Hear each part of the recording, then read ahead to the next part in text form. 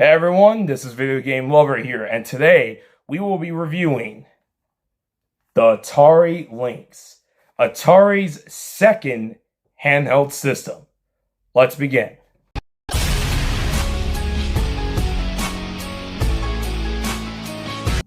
So anyways, this, ladies and gentlemen, is the Atari Lynx. This handheld came out in September of 1989. Just 1 month after the Nintendo Game Boy's release. Let's pretend this is the OG Game Boy, not the color. So, the Lynx came out in '89. It, at first, was not developed by Atari. It was actually developed by a company called Epix. They were making a portable hand system called, get this, the Handy, and Atari came in and helped funded the project. So, they were able to rename the Handy into the Atari Lynx, and Epix was going to make games for this system while Atari just worked on the hardware. Well, that didn't turn out well because Epix went out of business or went bankrupt, so Atari ended up having to make both the software and the hardware. And let's just say it didn't really turn out so well. So, the first thing we're going to talk about is the price. The Lynx was $189 in September of 1989, $100 more than the Game Boy. The reason for its high pricage was, one, this system is the first ever handheld to be backlit. So yes, before the Game Gear, this system actually has a backlit screen. It also could display tons of colors. And honestly, even to this day, the screen is decent. It's not as washed out as the early model Game Gears. Eventually, the Majesco Game Gears fixed that problem. So, but when it comes to hardware and specs, this thing absolutely decimated the Game Boy. And I'm not joking around. This system was a monster when it came out in terms of the graphics. This thing was 16 bits. One of the first ever 16-bit handhelds. That is unheard of for 1989. This handheld could do scaling. Some believe it kind of did mode 7 a little bit. It's really, really impressive. So the Game Gear came out in 1990. And even though the Game Gear was powerful, the Lynx was even more powerful, which is just insane. However, though, you have one of the most powerful systems in the world, but you gotta have games. And that's where the Lynx kind of floundered in. Now, there are some good games on the Lynx. Here's one of them right here, Gates of Zendokon. It's a pretty decent shooter. I was about to say shmup. We also have Road Blasters and Rampage. That's all I really have for the Lynx. We'll get to more of the games in just a minute, but more back onto the system. So a couple of other things. Another thing you may notice, and probably why it didn't really did so well. Look at the size of this thing. It's gigantic. Now, what's kind of interesting is that it's still pretty comfortable. You get a good grip of it, but it is massive. I mean, this is what you call a portable system, and I thought the Game Gear was bulky. The Game Gear is a little bit bulky, but nowhere near as bulkier as this. I mean, it barely fits your pocket. Look at this thing. It barely fits my pocket. So yeah, if you're ever gonna take this with you, the best option is one of those Atari Lynx travel bags, which actually looks pretty cool. I actually plan on getting one really, really soon. So this is the Model 1. This was the first release. In 1991, to improve the Atari Lynx and try to revive it from the dead, they dropped the price to $100 and completely redesigned the Lynx. So the Model 2 Lynx was a lot smaller, but it was thicker. And the one thing I didn't like about the Lynx 2 was the D-pad. I actually really like the D-pad in the Model 1, but the Model 2's D-pad is a little bit weird. I just think its thickness just didn't feel great in my hands. You know what I'm saying? So that's why, even though that this is way wider and bigger in terms of like, and heavier, I actually like this model a little bit more in terms of, comfortability. So anyways, the D-pad, which is really nice. Here are your buttons, B and A, but you may notice that there's B and A over here, but they're upside down. That's because this is one of, if not the only system in the world where you can actually flip the screen.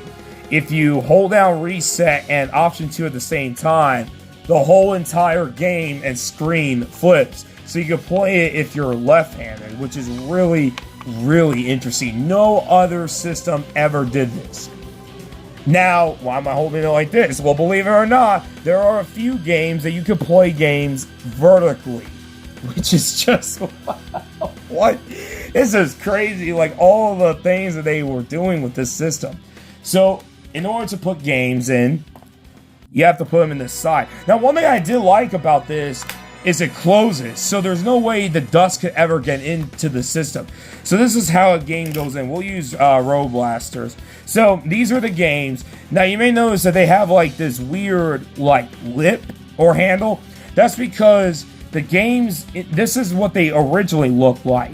They were very flat, but they were a lot of people had trouble taking out these games on the original model Lynx, so they added this lip.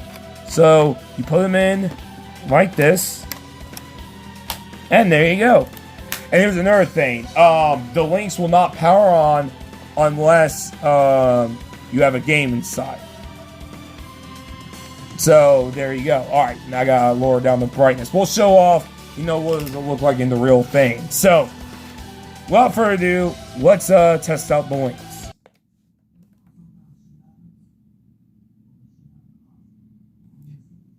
There it is. I know that mines have lines, but it's all good. So here is Road Blasters on the actual Lynx. Really fun arcade-like level game. So now watch what I'm going to do. I'm going to hold down these two buttons. You saw that, right? And there you go. Now I'm playing it upside down. I'm not sure you'll be able to see that. Okay, there we go. See, that's one thing that's really cool is, let me flip it back, is that, then that's really cool is even though the screen, is dated, it's still easy to, play these games. I actually find this screen much better than the screen on the Game Gear. So, it's really, really cool. The last thing I forgot to mention is, I don't even know how I forgot to mention this, is the battery life. So, the Atari Lynx, both models, take 6 AA batteries. And they drain them pretty fast. I think the most you could get, maybe 5 hours, I think, or 4.5 hours. It's just as bad as the Game Gear in terms of battery life. Now, the Model 2, I can understand why a lot of people would recommend the Model 2, and I'm going to say this right now. If you're going to get a Lynx, I most likely recommend a Model 2 Atari Lynx. Mainly because they're a little bit more easier to find, and they actually added a little bit better battery life, like just an extra hour, and the screen is a little bit better. But one thing to note is you are going to pay a good bit for the Atari Lynx. And the reason why is a lot of these Lynxes are not surviving at all. They die. My Lynx 2, which I've shown you just multiple times in this video, it came broken. So I ended up taking that back and I ended up getting this one. It has a little bit of issues, but the important thing is it does indeed work. So, but you're going to pay a good bit for these Lynxes. About, I would say, low end, 170. High end, 250. And that's if they either recap it, fix the screen, fix all these other, issues with the Lynx. But that's how much you're going to end up paying for the Lynx. These are kind of uncommon because the Lynx ended up doing really bad and only sold just 3 million copies. As far as the games go, they're a little bit easier to find, but they have gone up in price. So like Rampage, this game used to go for like 15, now it's going for like 50. I got this for 30. So, but that is pretty much the Lynx. And now I'm going to show you some of the best games on the Lynx.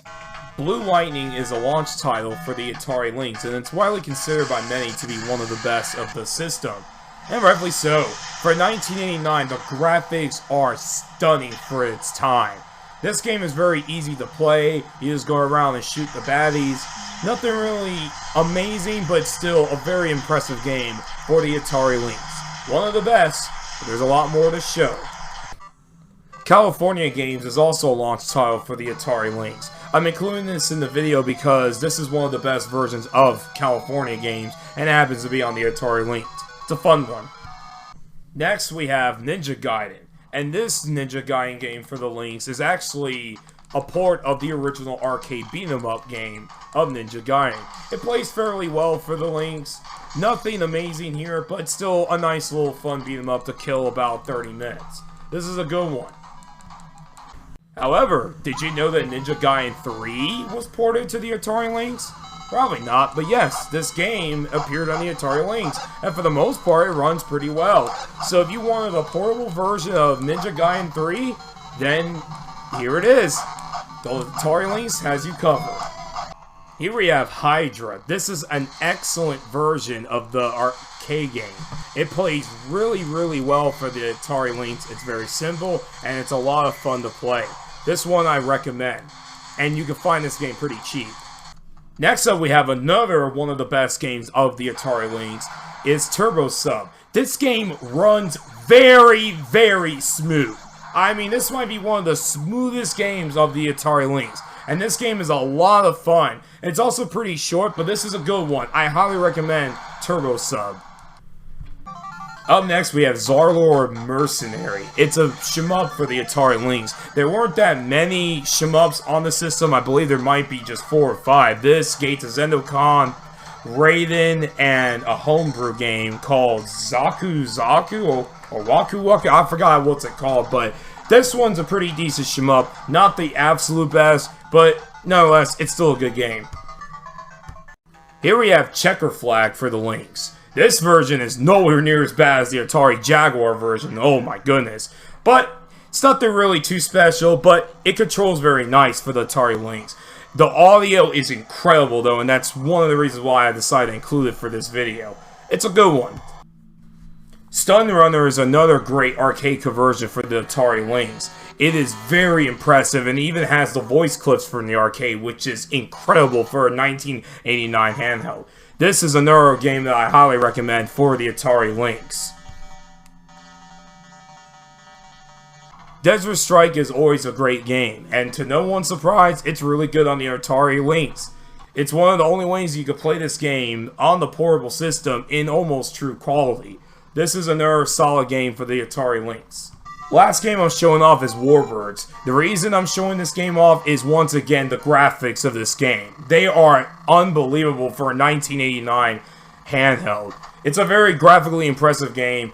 Nothing really too special in terms of the gameplay, but it's an okay game. So, do I recommend the Atari Lynx? Well, this is really tricky. I mean, if you're a collector, I recommend it. But if you're like, you know, a regular gamer, if you just want to try out a handheld system, then I don't really recommend the Atari Lynx for a few reasons. One, the library games are just not that enough. The Game Boy was such a massive success that it ended up taking a lot of third parties. And the Game Gear, while it struggled a little bit with third parties, was able to get some sort of third party support. The Lynx, on the other hand, didn't really have that much of third party support.